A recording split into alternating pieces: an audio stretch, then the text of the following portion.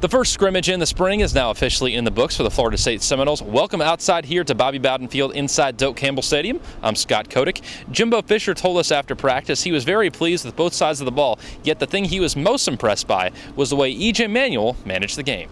Just control the game. Just in total control of what was going on. Never look poised. I stand back behind the huddle and let them and just reacting to things, managing people, getting on people, leading people, encouraging people, making throws, making runs.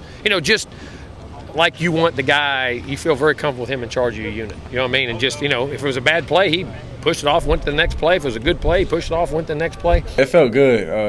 The weather was perfect. It just felt like a great day. Obviously, it wasn't perfect. We still made some mistakes and things like that. But, I felt really control. I felt in control of our offense. And I think I managed the day pretty well, considering, what we had to deal with the defense. They're a great defense, and I think we executed against those guys very well. And on the defensive side of the ball, junior Greg Reid says his team's ability to communicate is what made the defense stand out today.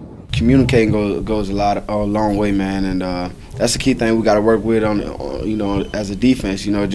Just talk and make sure everybody knows what they're doing, and if this person don't, just tell them and you tell them what you're doing. It goes a long way, man. I feel like they make a great defense. Everybody know what they're supposed to be doing, and that's a great feeling when the man next to you, he could tell you to bump over a little bit or drop.